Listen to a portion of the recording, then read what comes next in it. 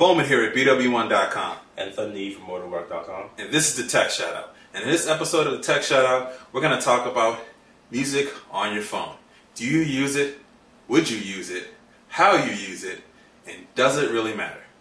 Pass a ringtone. Alright, I mean, personally for me, I don't.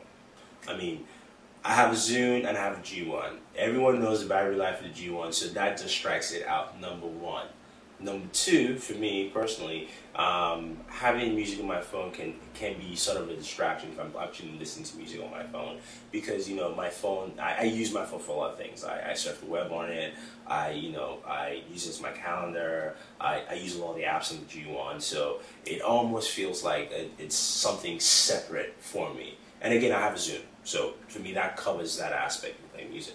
Definitely, I feel the same way. I mean, I've had a lot of MP3 phones that you can use. Phones you can use as MP3.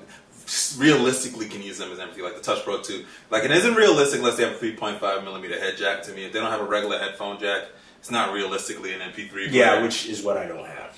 It's not realistically a music phone. Yeah. But I had my Touch Pro 2, which had that jack, and I think I used it maybe a couple of times. I just really couldn't get into using it that greatly. I mean, the controls necessarily aren't that same great experience that you get with the separate media player like I had with my BWOne S9 and now my Zune HD, which presents a much better experience. The battery life is definitely one thing that factors into that. The cell phones just don't have that type of battery life available for it.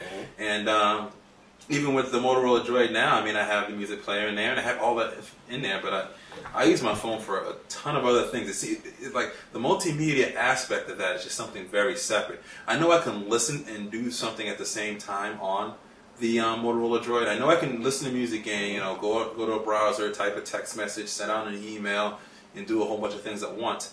But I kind of don't want to do that while I'm listening to music on the phone. Yeah. If I have my Zune plugged in, it could just be culture. This could be just the way I function, but I just plug in my Zune. I'll listen to music, but then I'll do everything else on Zune, on the Droid that I needed to have it to do.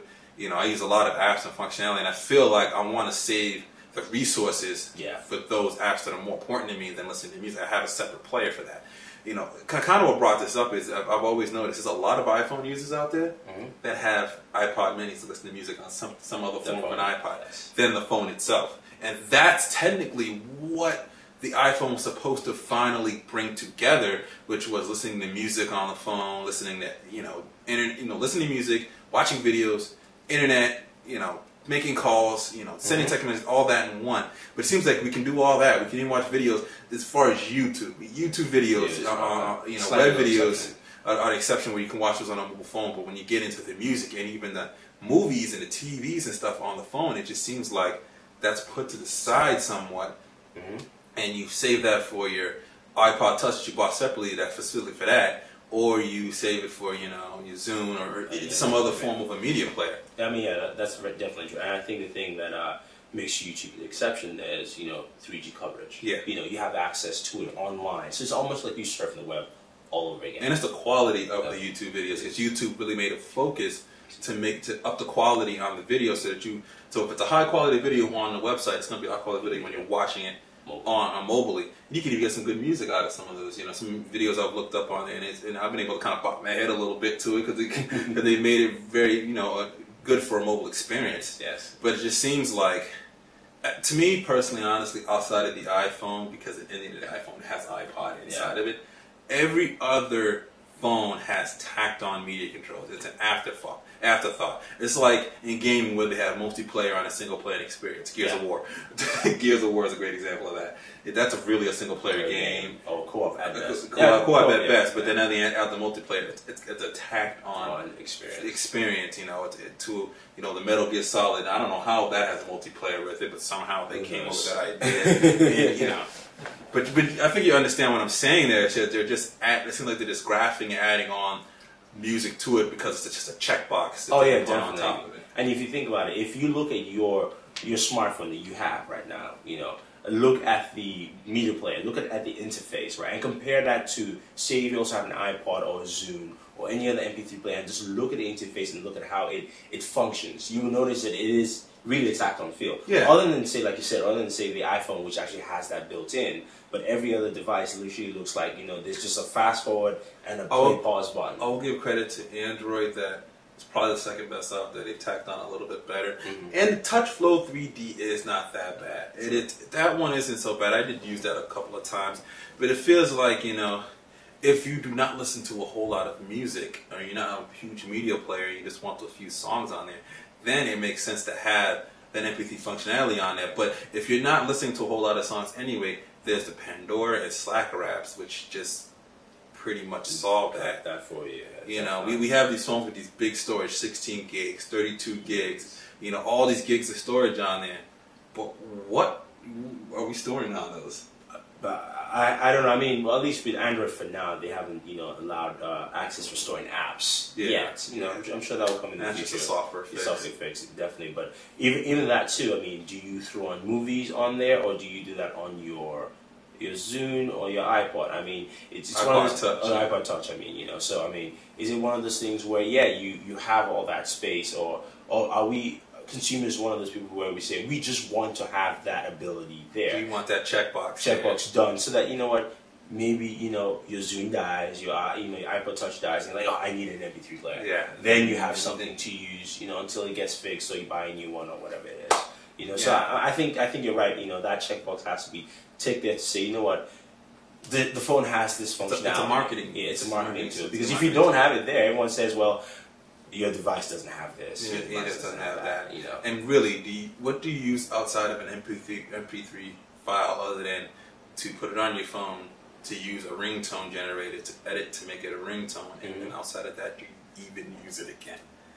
Really, I even tried. I tried to put as much music as I could on there. Which outside of that's another thing.